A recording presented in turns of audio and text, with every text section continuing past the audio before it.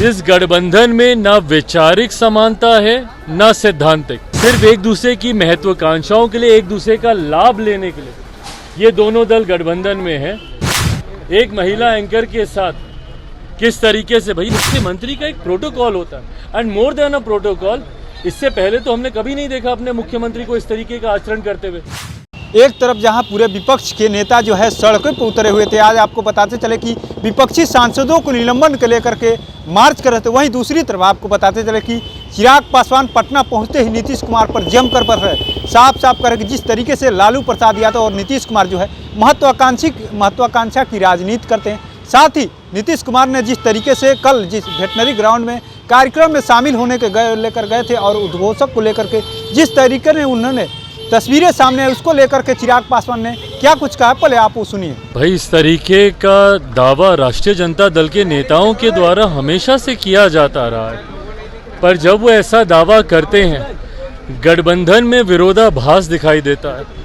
मुख्यमंत्री नीतीश कुमार जी सार्वजनिक तौर से हर मंच से 15 साल पहले के बिहार की याद दिलाते हैं, तो जब वो 15 साल पहले के बिहार की याद दिलाते हैं तो कटाक्ष किस पे करते हैं? आदरणीय लालू जी, आदरणीय राबड़ी जी के शासनकाल की ही वो याद दिलाते हैं। और ऐसे ही राष्ट्रीय जनता दल के नेता जब ये दावा करते हैं कि जब तक तेजस्वी जी मुख्यमंत्री नहीं बनेंगे तब तक बिहार का सुधार नहीं होगा, तो वो निशाना जनता दल यूनाइटेड मुख्यमंत्री नीतीश कुमार जी पर साधते हैं। हकीकत है ये गठबंधन सिर्फ एक दूसरे की महत्वाकांक्षाओं को पूरा करने के लिए ही बना हुआ है। इस गठबंधन में न वैचारिक समानता है न सैद्धांतिक, सिर्फ एक दूसरे की महत्वाकांक्षाओं के लिए, एक दूसरे का लाभ लेने के लिए ये दोनों दल गठबंधन में है।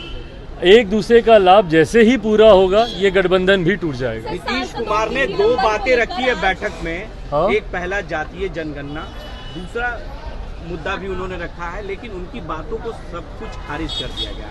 अब खड़गे जी को आगे किया जा रहा है प्रधानमंत्री का उम्मीदवार को लेकर। इस बात से नीतीश कुमार नाराज है।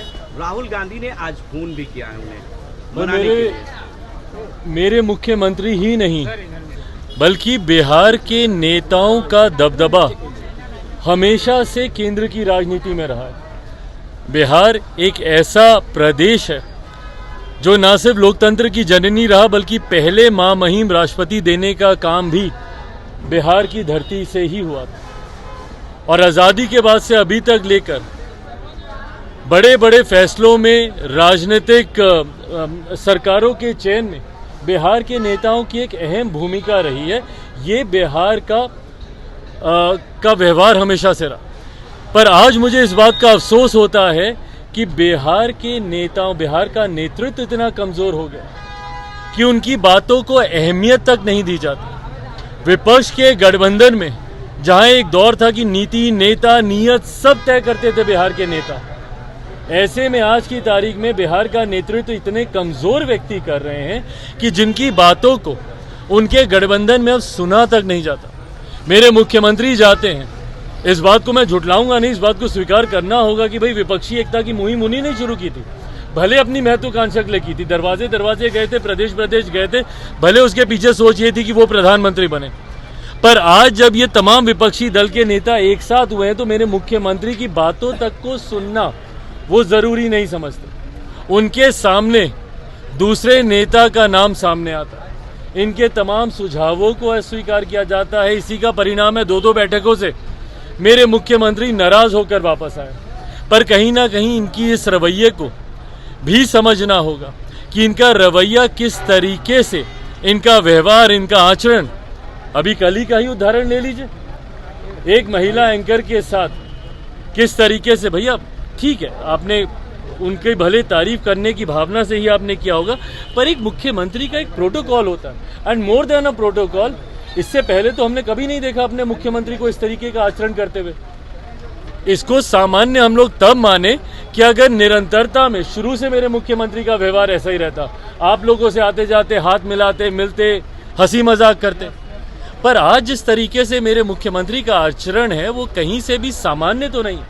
और यही कारण है कि अब इनके विपक्ष के घटक दल के नेता भी अब इनको गंभीरता से नहीं लेते, इनकी बातों को गंभीरता से नहीं लेते। और एक ऐसा व्यक्ति जिनकी बातों को ही गंभीरता से नहीं लिया जाए वो हमारे देश, हमारे प्रदेश का वो नेतृत्व कर रहे हैं, ये हमारे लिए चिंता की बात है। तो ऐसे में मुख्यमंत्री के सुझावों को, भाई जब बिहार की जनता ने ही अस्वीकार कर दिया, जब बिहार की दूसरे की कृपा पे आज मुख्यमंत्री बने हुए, जब बिहार की जनता ने ही इन्हें रिजेक्ट करके रखा हुआ, तो ऐसे में ना विपक्ष के नेता इनको स्वीकार करेंगे और देश की जनता तो कभी नहीं। तो आपने सुना किस तरीके से वेटनरी ग्राउंड में जिस तरीके से नीतीश कुमार ने उद्घोषक को लेकर के साफ साफ कहा था कि आपका भी अभिनंदन, इसको लेकर के उन्होंने चुटकी लेते हुए कह दिया कि हमारे जो मुख्यमंत्री है बीमार हो चुके हैं। और आपको बता दें कि जिस तरीके से विधानसभा महिलाओं को लेकर के नीतीश कुमार ने जब बयान दिया था, उस समय से भी लगातार जो है नीतीश कुमार को लेकर के खूब चर्चा हो रही थी। नीतीश कुमार को लेकर के कई दलों ने आपत्ति जताई थी कि नीतीश कुमार अब यानी संन्यास ले लेना चाहिए, इस्तीफा देना चाहिए। वहीं दूसरी तरफ जिस तरीके से मार्च को लेकर के साफ साफ करे कि ये लोग जो है,